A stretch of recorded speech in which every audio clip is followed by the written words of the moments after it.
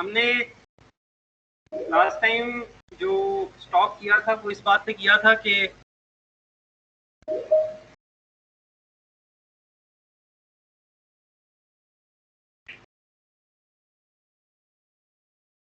point is orthogonal to the line.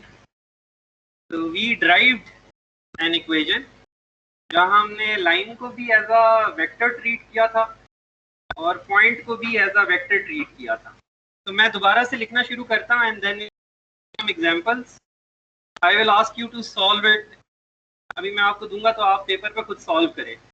Take out a piece of paper and pen. Sometimes in an exam, I do ask as a question, submit the class notes from 12/10/2020. तो अगर आपने photo copy करवाए होंगे ना तो उस वक्त आप रिप्रोड्यूस नहीं कर सकेंगे जी.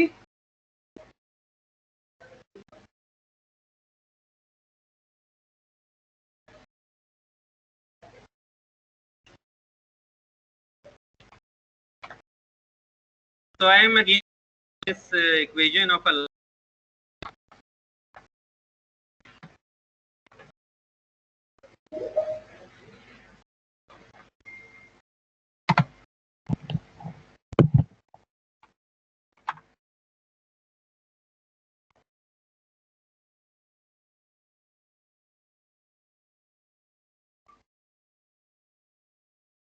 सबको नजर आ रही है equation of a line?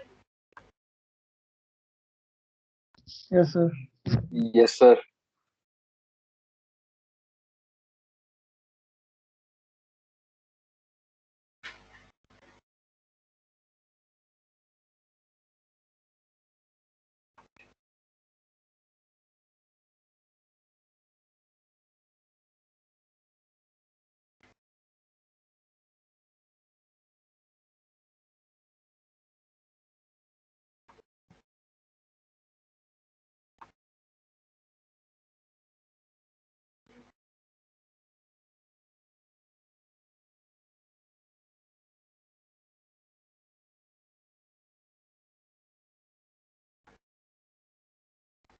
So can I write this equation 2 as equation 3?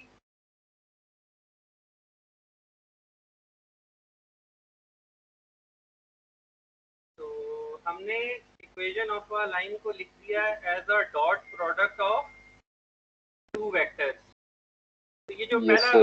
पहला रो वेक्टर जो है इसमें everything related to the line is there, और ये जो दूसरा हमारे पास वेक्टर है कॉलम वेक्टर, इसमें everything related to the point is there. तो हमने कह दिया कि looking at this expression it looks like once we treat points and lines as vectors, a point is orthogonal to the line. So we will now use this new representation. तो पहले मैं आपसे कहूँगा कि I am writing two equations of two lines. आप उससे जो है ना ये जो ब्लू साइड में वेक्टर है वो वाला वेक्टर कैलकुलेट करने की कोशिश करें.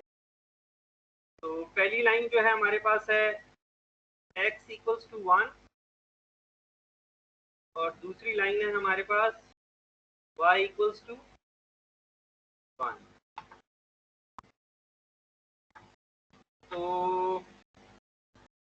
if I have to draw these two things,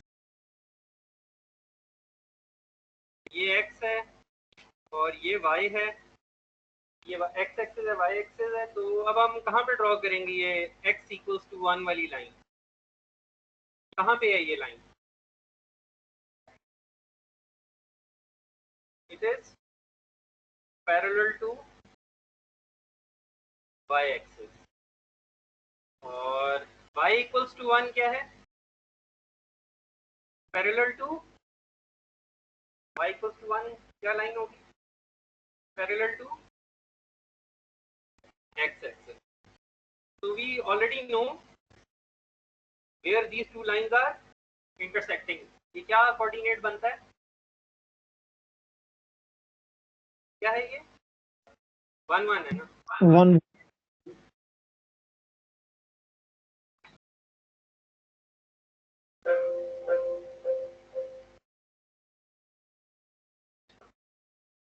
So now let's use this new representation to get to this answer. हमारे पास दो लाइनें, हमें एक पॉइंट चाहिए जो दोनों लाइनों पे एग्जिस्ट करता हो। ये जो पॉइंट है, this point is orthogonal to the first line and this point is also orthogonal to the second line. तो मैं लाइन को वेक्टर की फॉर्म में लिख सकता हूँ। तो actually what I need is, मेरे पास दो वेक्टर हैं और मुझे एक तीसरा वेक्टर चाहिए which is orthogonal to these two vectors. तो कैसे कैलकुलेट करते हैं वो? क्रॉस प्रोडक्ट कैलकुलेट करते हैं ना। तो पहले आप मुझे बताएं कि ये जो पहली वाली लाइन है जो लेफ्ट साइड पे x इक्वल्स टू 1 है, इसको ये हॉरिजॉन्टल आप जरा वेक्टर में लिखने की कोशिश करें ना, क्या होगा? x इक्वल्स टू 1 को इस ये जो ब्लू वाला वेक्टर है इस फॉर्म में लिखने की कोशिश करें। पहली चीज जो हमें चाहिए होती है इस वेक्टर में, that is the coordinate of x। तो coordinate of x is what? Coordinate of x is 1. Then the next thing we need is coordinate of coefficient of y term. इसमें y term क्या है?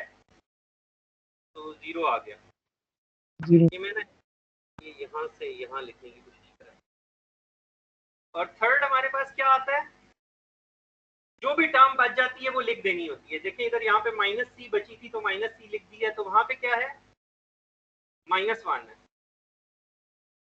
तो everybody agrees, ये जो blue में मैंने लिखा है this is the vector representation x equals to 1। अच्छा, अब इसी तरह ये दूसरे वाले की लिखने की कोशिश करें।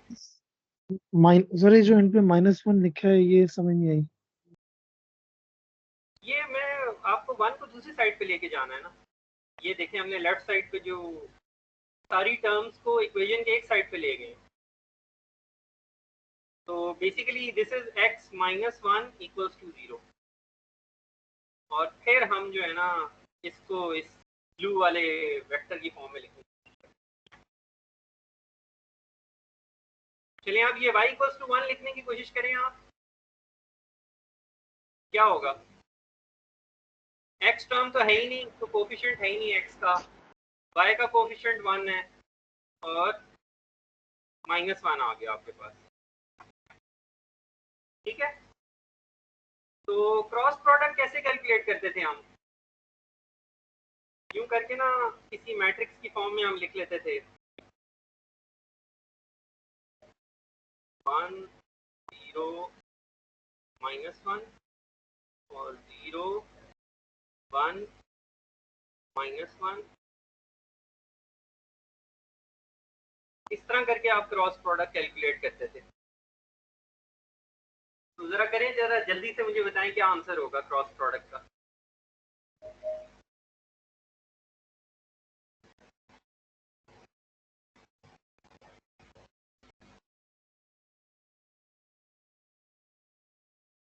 तो पहले केस में क्या होता है हमारा कि हम ये फर्स्ट रो और फर्स्ट कॉलम को छोड़ देते हैं and we multiply these diagonals. तो इसका क्या आंसर आ जाता है? पहली टर्म आ जाती है हमारे पास, क्या आती है? आई का कोफिशिएंट क्या है? 1 है ना, तो 1 आ गई पहली टर्म हमारे पास, 1 आ गई। नेक्स्ट इज -j पहले से लिख लेते हैं और फिर फर्स्ट कॉलम और थर्ड कॉलम को मल्टीप्लाई करते हैं। तो क्या आंसर आया आपके पास? नहीं, हाँ ठीक है, -j and the third term is k का क्या कोफिशिएंट है? सर वो प्लस जी नहीं आएगा? हाँ ये प्लस हो जाएगा, -1 मल्टीप्लाई हो रही है। -1 इंटू -1। तो ये जो वेक्टर आया आपके पास, इसके तीन टर्म्स क्या हैं? 1 1 और 1। हमें पता था आंसर 1 1 आना है।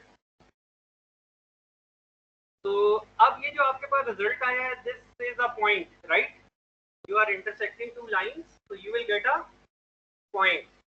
तो ये जो आपको आया है, इसको कंपेयर करें इस स्टैंडर्ड फॉर्म के साथ।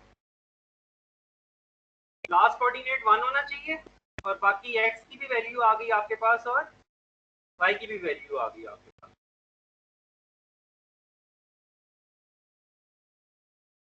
तो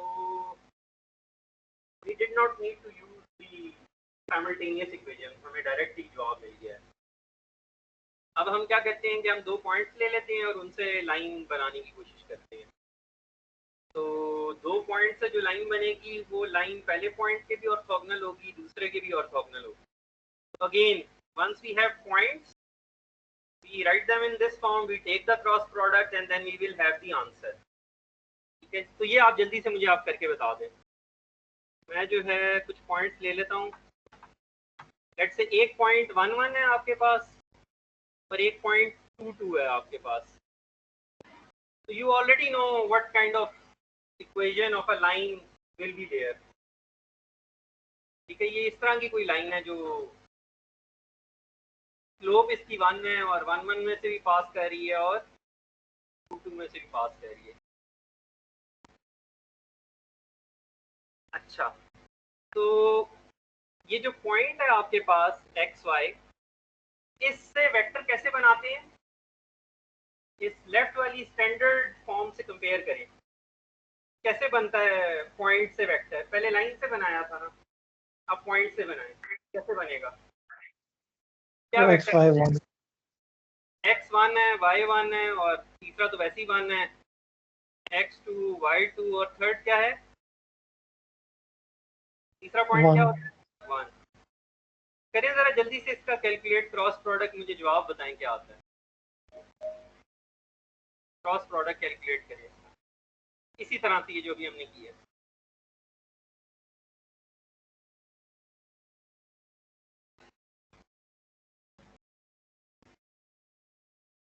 Why are you not solving? नहीं है, पेपर ही नहीं है आपके पास। बैग ले आए हैं तो बैग में क्या है? अच्छा, तो बैग लेफ्ट पेंट में करें, खोले लैपटॉप और पेंट में करें।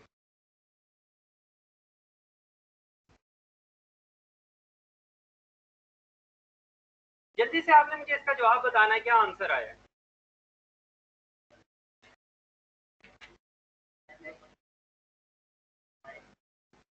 जो तीनों कोऑर्डिनेट्स आए हैं वेक्टर के वो पहले बताएं मुझे, क्या आए हैं? -1 1 और 0। तो इस वेक्टर को हम कंपेयर करते हैं इस वाली इक्वेशन, इस स्टैंडर्ड फॉर्म से। पहली चीज होती है वो x का कोफिशिएंट होता है, x वाली टर्म का, तो x का हो गया -x। दूसरे वाला होता है y का कोफिशिएंट +y और थर्ड जो भी टर्म बचती है वो 0 है। तो y = x।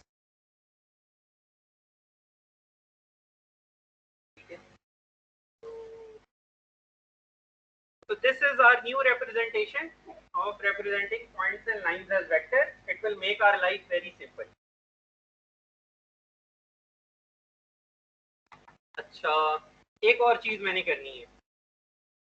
If I multiply equation A with a constant on both sides, तो क्या होगा? अगर मैं यहाँ पे एक k से मल्टीप्लाई कर देता हूँ both sides को, k is a very difficult thing to draw, तो ये आसान सी चीज क्या होगी?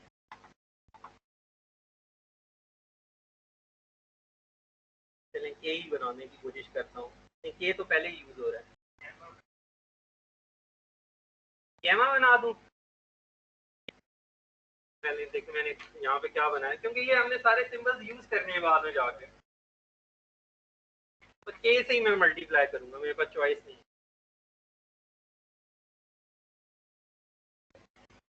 Does it look like a k?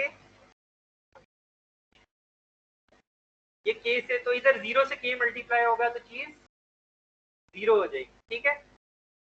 तो this k can be multiplied with the first vector और द सेकंड वेक्टर, इसी से भी मल्टीप्लाई कर सकते हैं। इस k को किसी से भी मल्टीप्लाई कर सकते हैं ना।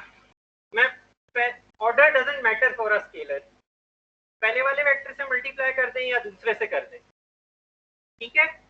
तो मैं अभी पहले दूसरे वाले वेक्टर से मल्टीप्लाई कर देता हूँ।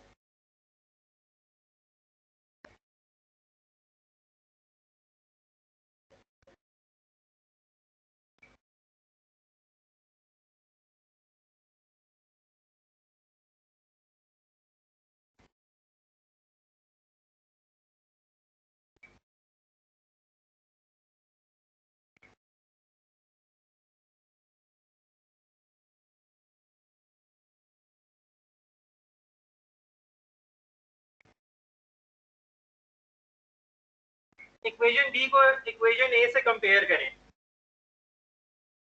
Compare equation be with A. Left side दोनों की बराबर है, नहीं राइट साइड दोनों की बराबर है, 0 लिखा हुआ है, राइट साइड बराबर है। ये जो पहले वाला वेक्टर है ये दोनों में बराबर है, ये जो हॉरिजॉन्टल वेक्टर लिखा हुआ है ये दोनों में बराबर है। अच्छा, इसका मतलब ये है कि जो बाकी बच गया वो भी बराबर होगा। तो this thing k multiplied by this thing is equal to without k।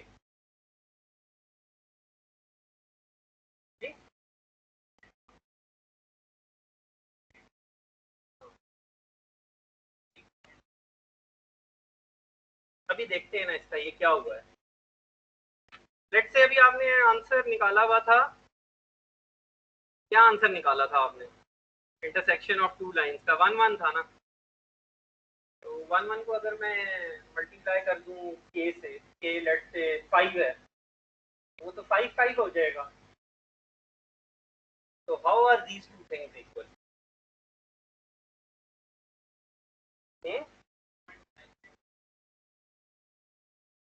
अभी दोनों तो पॉइंट्स हैं, I agree with you.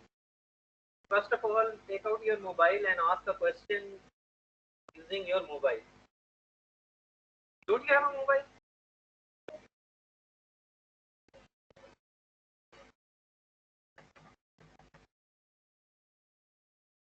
So any idea what is going on? Where am I wrong in my reasoning? कहाँ गलत हो गया हूँ मैं? कभी आपने ऐसा देखा है कि एक वेक्टर है xy1, it is equal to a vector which is k multiplied by that vector. These two vectors are equal? नहीं है equal, values change नहीं हो गई जी। अच्छा, अभी फिर मैंने शुरू में बताया, if you have to ask a question, please ask using your mobile. Otherwise, it's very confusing for people who are. So help your colleagues who are sitting online.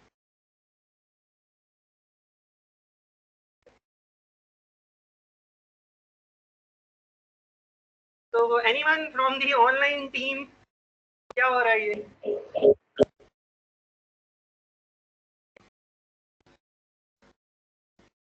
I have a feeling when I will ask question from the online team, वो कहेंगे हमारा internet नहीं काम कर रहा। और जो आपने कंपैरिजन, जो इक्वेशन ए में k रहता है उसको कैसे आपने डील किया?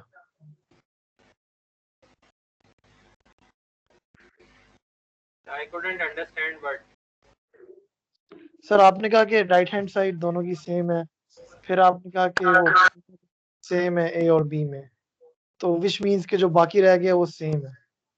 अगर ए की तो उसमें के ऑलरेडी पड़ा है, तो वो वही चीज है जो मतलब के मल्टीप्लाई हो रहा है ऊपर। लेकिन आज से पहले हमने ये देखा नहीं था कि एक वेक्टर है 2 2 1 या 1 1 1 and the vector which is 3 3 3 या 3, ये हमने नहीं देखा था आज से पहले।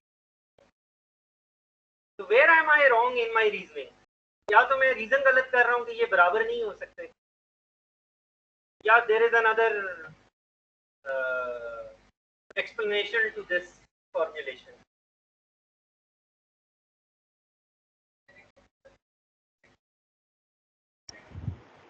हम बराबर कह रहे हैं दो वेक्टर्स, दोनों को कंपेयर किया तो दोनों बराबर हो गए, तो कैसे होगा ये काम? अच्छा,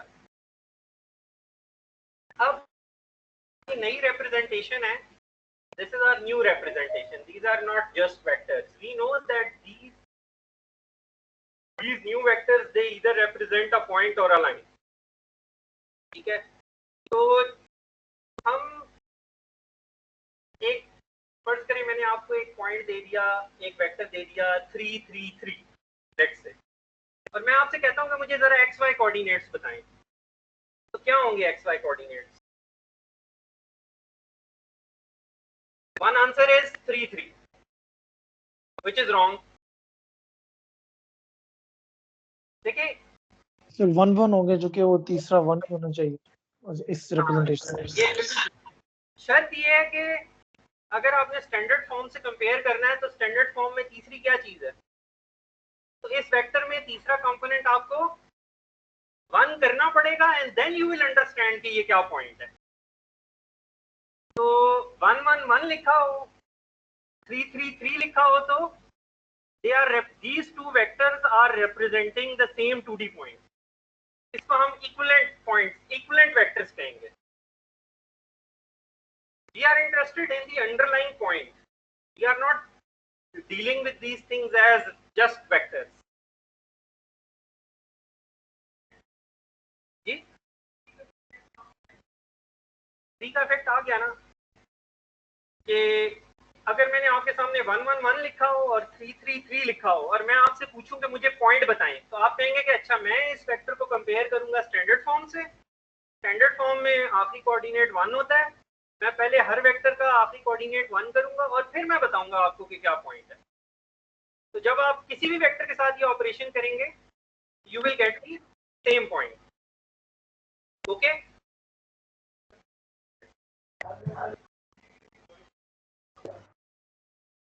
आई एम कंटिन्यूअसली रिपीटिंग. आप ऑनलाइन आवाज जा रही है आपकी? आपकी ऑनलाइन आवाज जा रही है?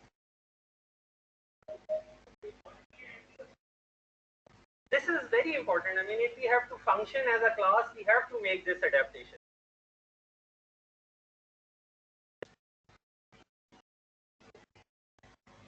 Normally in a class, teachers used to say mobile बंद कर दें, ध्यान दें. मैं आपको कह रहा हूँ मोबाइल यूज करें और आप नहीं कर रहे.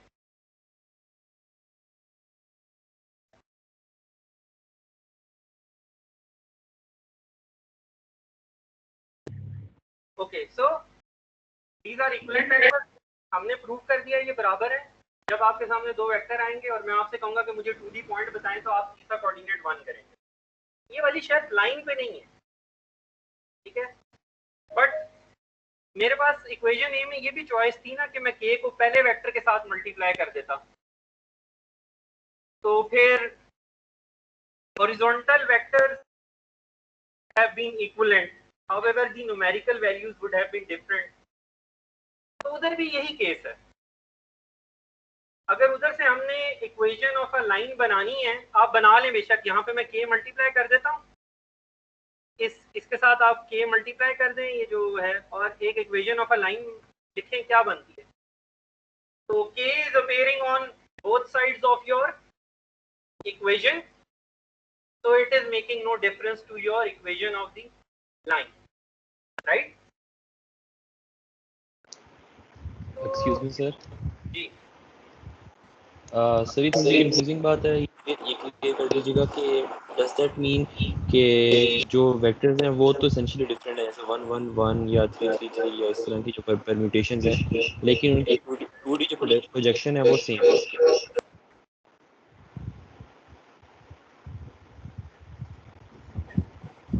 मैं ये कह रहा हूँ कि अगर we are now representing points as vectors, और अगर आपके सामने दो वेक्टर आएंगे ना, कोई भी वेक्टर्स आ जाए, तो अगर आपसे पूछा जाए ना कि ये किस पॉइंट को रिप्रेजेंट कर रहे हैं, तो you will try to make the third coordinate 1 first and then see के ये किस पॉइंट को रिप्रेजेंट कर रहे हैं. That is it. इसमें कोई कॉम्प्लेक्स बात नहीं. So you can see two different vectors and they are representing the same point. And that we have proved by comparing these points A and B.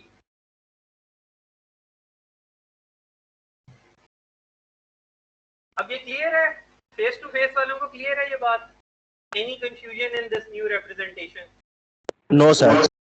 चले, ये हमने इसको, ये जो पॉइंट से वेक्टर बनाना है और लाइन से वेक्टर बनाना है ना, इसको हम बोलते हैं होमोजीनियस रिप्रेजेंटेशन।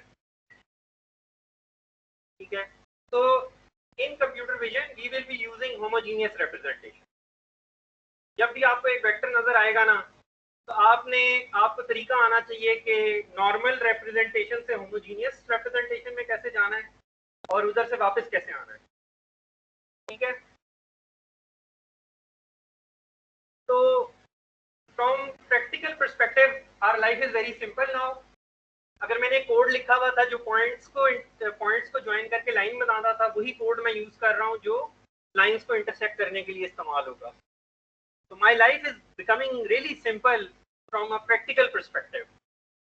एक ही फंक्शन लिखना है, 2 इनपुट्स देने हैं और एक ही ऑपरेशन होना है। अच्छा,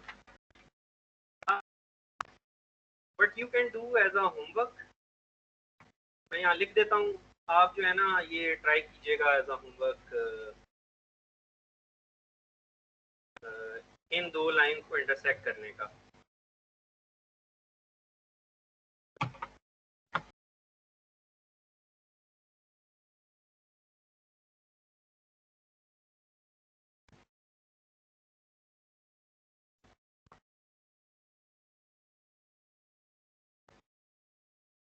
ठीक है, ये आप अभी भी कर सकते हैं जल्दी से, इन 2 लाइन को इंटरसेक्ट करें, कोई पॉइंट आ जाएगा, देन वी कैन कंपेयर। तो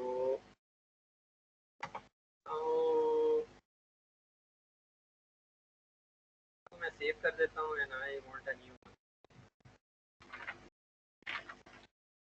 मुझे अब साइड से वापस जाना है।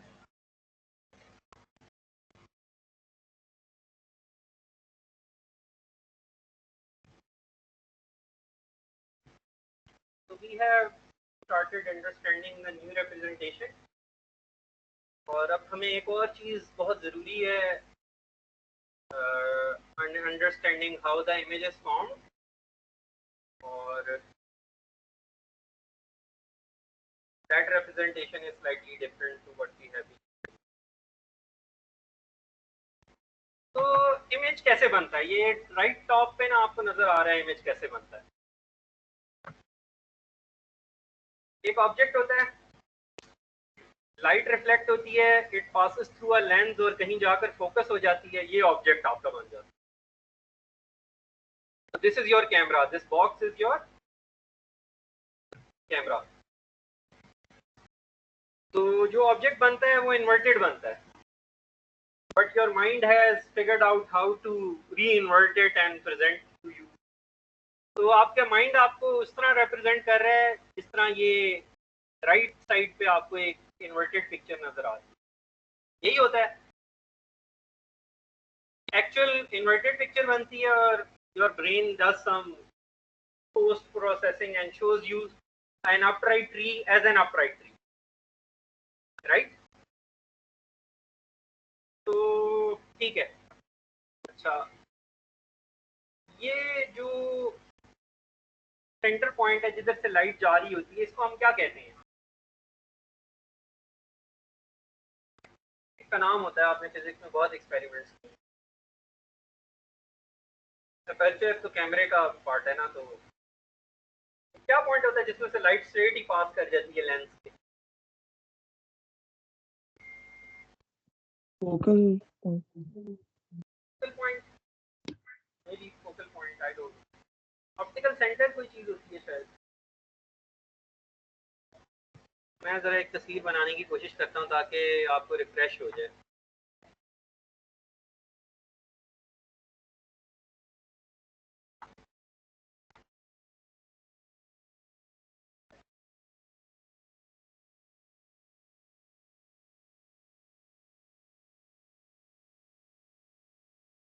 I will draw a lens. Okay, most of this course is about 3D visualization. So you have to, मैं आपको चीजें बार बार बताऊंगा, you have to visualize it in your brain. अगर आप नहीं कर पाएंगे ना, तो every answer you will give will be wrong. Answer, लेकिन लेकिन अगर आप 3D visualisation, if you are lacking 3D visualisation then every answer will be wrong, ठीक है। तो you have to develop this internal representation. ये लेंस है, object है, इस ऑब्जेक्ट से लाइट रिफ्लेक्ट होकर पास हुई और ये यहाँ पे जाकर फोकस हो गई। तो ये जो ग्रीन वाला डिस्टेंस है इसका क्या नाम है?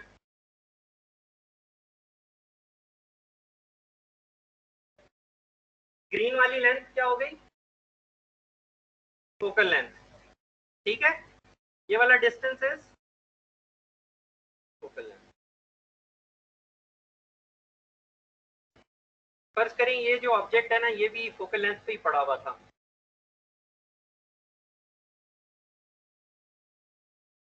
तो ये f यूनिट्स पीछे जाके फोकस हो जाएगा। ये ऑब्जेक्ट कहीं और भी पड़ा हो सकता है। This object could have been over, ये थोड़ा दूर भी पड़ा हो सकता था, तब भी इस ऑब्जेक्ट का जो साइज है, जो आपका फोकस होना था, वो साइज इतना ही रहना था इसका। Do you agree? चाहे ये ब्लैक वाला ऑब्जेक्ट हो तो चाहे ये ब्लू वाला ऑब्जेक्ट हो, ये सेम पॉइंट पर फोकस होंगे आपके कैमरे में। Am I right? यही होता है ना, लाइट रिफ्लेक्ट होती है, इससे लाइट रिफ्लेक्ट हो या दूसरे से लाइट रिफ्लेक्ट हो, दोनों ने इस पॉइंट पे प्रोजेक्ट होने जा रहे। Do you agree?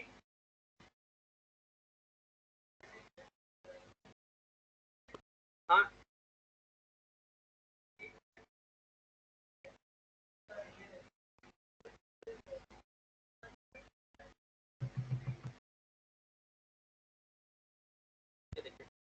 अब I can not show this to the people online.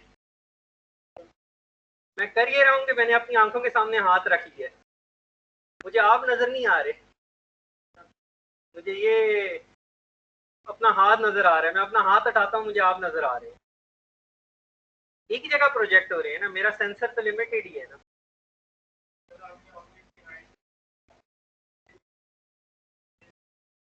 हाँ ठीक है, अगर मेरे सामने एक बंदा खड़ा है 6 फुट का तो मुझे उसका असर नजर आ रहा है, उसके पीछे पहाड़ है, दोनों की टिप मैच कर रही है तो मुझे पहाड़ नजर नहीं आएगा, हालांकि पहाड़ की हाइट काफी बड़ी है।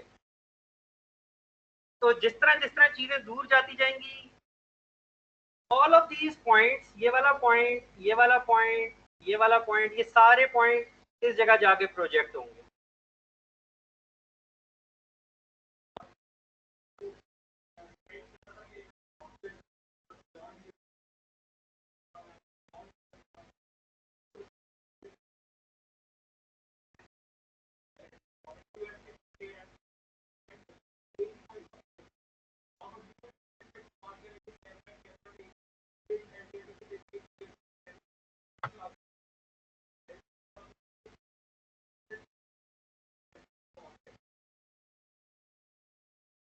अभी जो हम सारे केसेस डील कर रहे हैं ना, we are dealing all the cases where the object is beyond F. Focal length तो यही होती है ना।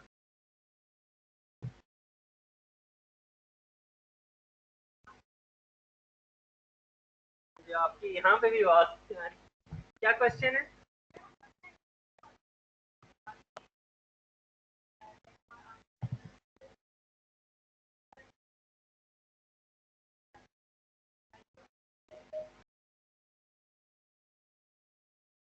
चलिए मैं सवाल को चेंज करता हूँ।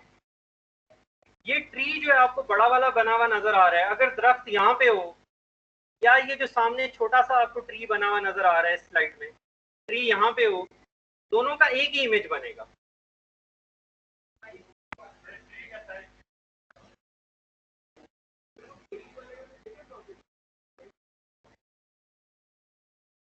देखें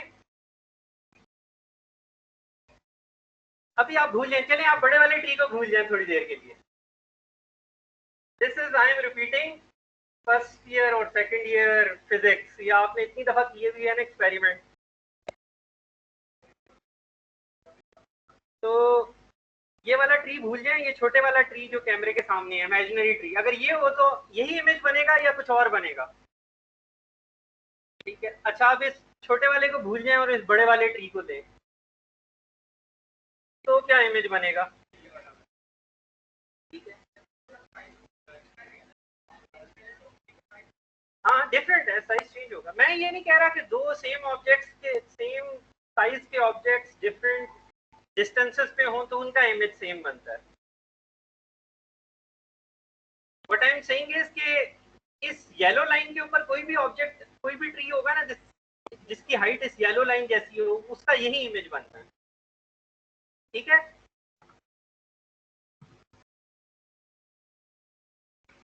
अच्छा अब एक्चुअली जो इमेज बनता है ना वो तो बनता है इन्वर्टेड।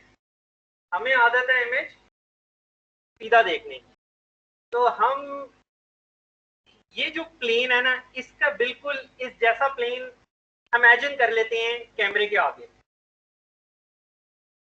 यूजिंग प्रॉपर एंगल्स, कि जो ये चीज है ना एग्जैक्टली यही चीज होगी, इन्वर्टेड होगी।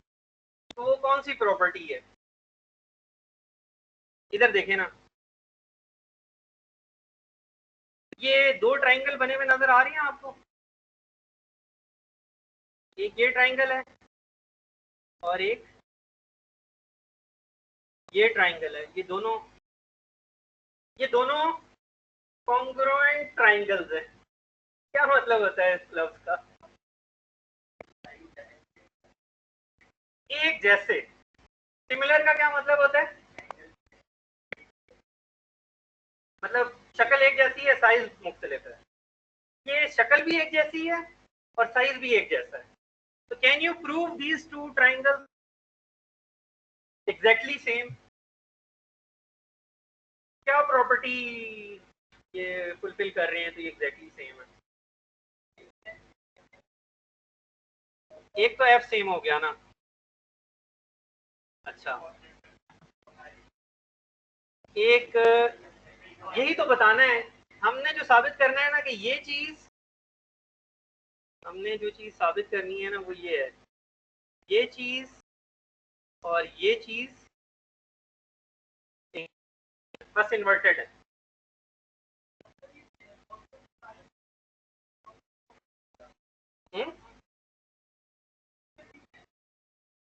सिमिलर हम कहना चाहते हैं एग्जैक्टली सेम है। हम प्रूव करना चाह रहे हैं। नहीं, बहुत आसान है, हमें नजर आ रही है तीन चीजें। दो सिमिलर ट्राइंगल्स के लिए क्या चाहिए होता है? दो एंगल चाहिए होते हैं आपको बराबर साबित करने हैं, और एक साइड कर दें तो काम हो जाता है। तो इन दोनों ट्राइंगल्स में एफ और एफ तो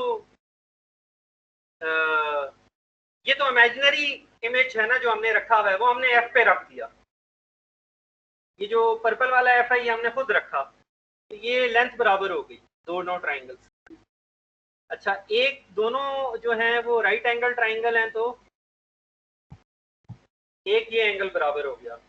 और जहां जो लाइनें इंटरसेक्ट करती हैं, ये जो एंगल होता है इसको क्या बोलते हैं? तो ये भी बराबर है। तो हमने बता दिया कि दो एंगल और एक साइड बराबर हैं। तो जो ये इन्वर्टेड ट्राइंगल नजर आ रहा है ना, अगर मैं एक इमेजिनरी ट्राइंगल तस्वुर करूं कैमरे के आगे, तो वो एग्जैक्टली वही है जो कैमरे के पीछे है। अगर वहां पे ऑब्जेक्ट का साइज 10 पिक्सल्स है ना, तो ये वाला भी ट्राइंगल ऑब्जेक्ट का साइज 10 पिक्सल्स ही रिप्रेजेंट करेगा। ठीक है, तो क्लियर सो फार?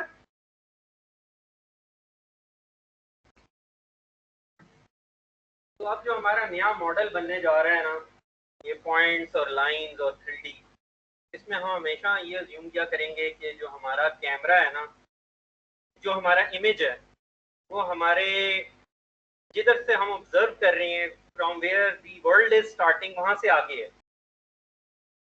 ये जो ओ बना हुआ है ना यहाँ पे, आपको वो नजर आ रहा है, दिस इज विच पॉइंट? वो जो लेंस के सेंटर वाला पॉइंट है। एक्चुअली जो इमेज बनता है इसके पीछे बनता है इन्वर्टेड। एक्चुअल फिजिकल प्रोसेस ये है, लेकिन एग्जैक्टली उस जैसी चीज इन्वर्टेड हमने इस पॉइंट के आगे रख दी है। This will make our reasoning slightly that is. ये आपको आपका सॉफ्टवेयर भी यही करके देता है कि आपका आप तस्वीर खींचते हैं ना कैमरे से, इन्वर्टेड खींचती है, फिर वो आपको इन्वर्ट करके इमेज आपकी ड्राइव में सेव करता है। तो since we are so used to upright images, this model is slightly more understandable. ठीक है, तो ओके, तो दिस इज आवर इमेज, ये जो ग्रे में आपको नजर आ रहा है।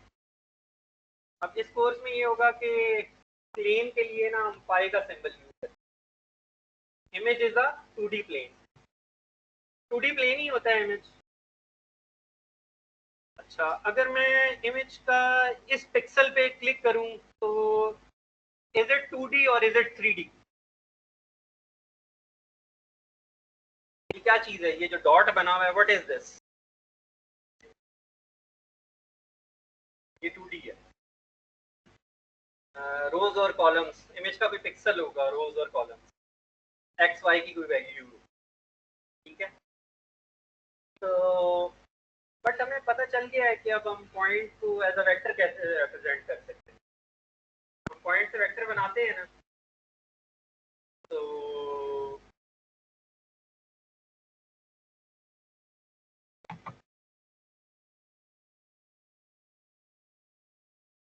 फिलहाल let's say we have a 2D plane और उसका हर पिक्सल एक 2D पॉइंट है, and that 2D point is placed in some 3D world, right? यही हो रहा होता है जो हमने नई रिप्रेजेंटेशन बनाई है।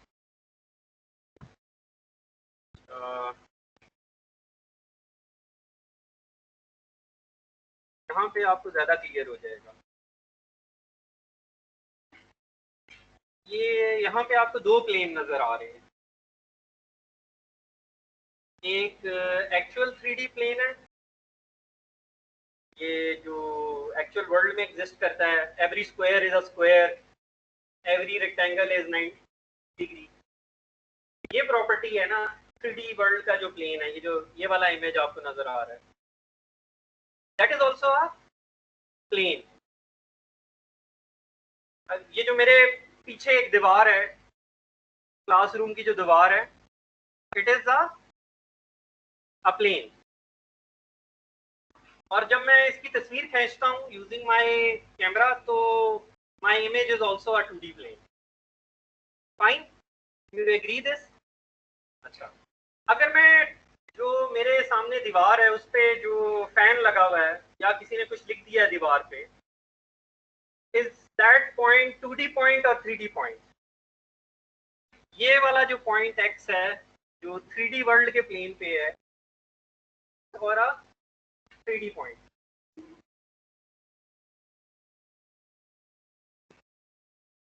Both, isn't it true?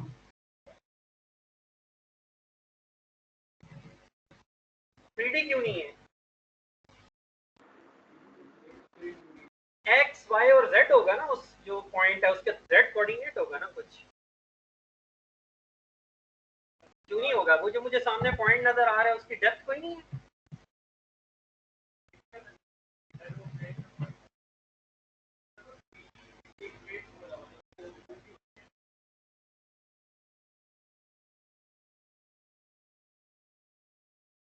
Depends what we are doing. अगर तो मेरे पास कोई 3D सेंसर होता ना, मेरे लिए वो पॉइंट 3D पॉइंट है जिसने मुझे उसकी एक्स वाई जेड बताना। If I am doing this plane to plane mapping, then I will consider that point as a 2D point. ठीक है, it depends कि हम क्या करना चाह रहे हैं।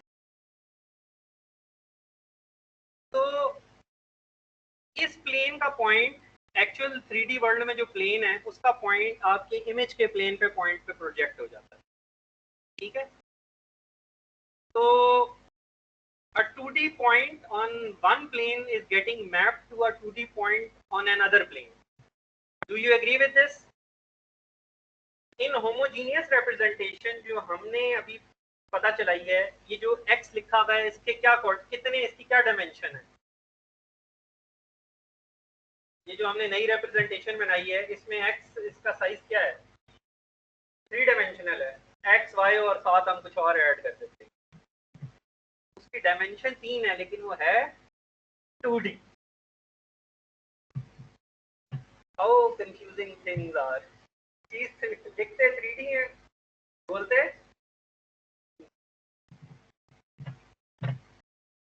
anyhow we know कि ये 3D एक पॉइंट को रिप्रेजेंट करता है. पॉइंट क्योंकि 2D होता है तो ये 2D ही होगा, तो हमें पता है क्या हो रहा है. 3D हम उसको अपनी जिंदगी आसान करने के लिए कह रहे हैं, वो जो हमने नई रिप्रेजेंटेशन बनाई. तो the actual process of taking an image is mapping from this point, this 2D point on a plane, or this three-dimensional 3x1 vector to another 3x1 vector. तो जो सारा हमने मॉडल करना है ना, the thing that we need to model is एक 3x1 vector है, वो मैप हो रहा है एक और 3x1 वेक्टर पे, और हमें जो है ना ये प्रोसेस पता करना है, ये जो यहाँ पे हो रहा है. Something is happening to that point. We are transforming that point from one plane to another plane. So there is some sort of transformation. तो ये हमने कैलकुलेट करनी है. तो ये ट्रांसफॉर्मेशन में कितने अननोन हैं ये हमने पता चलाना है. किस किस्म की होती है ये transformation. The entire focus of next few weeks will be to understand this transformation. अच्छा, ये जब पता चल जाएगी फिर क्या करेंगे हम इसको इन्वर्ट कर देंगे. तो इन्वर्ट करने का क्या फायदा होगा. इमेज प्लेन में से हम चले जाएंगे एक्चुअल 3D प्लेन में. तो that resolves our issue. We wanted to make measurements on that image, right? और ये जो एक्चुअल प्लेन है उसमें तो लेंथ भी ठीक है, एंगल भी ठीक है, एरिया भी ठीक है. तो ये ट्रांसफॉर्मेशन अगर हमारे पास आ जाए ना, तो we can use image as a metric sensor. अच्छा, चलिए लेट्स टेक जी. हाँ, ये 3D वर्ल्ड में एक प्लेन है, एक्चुअल प्लेन, ये इसको रिप्रेजेंट कर रहा है.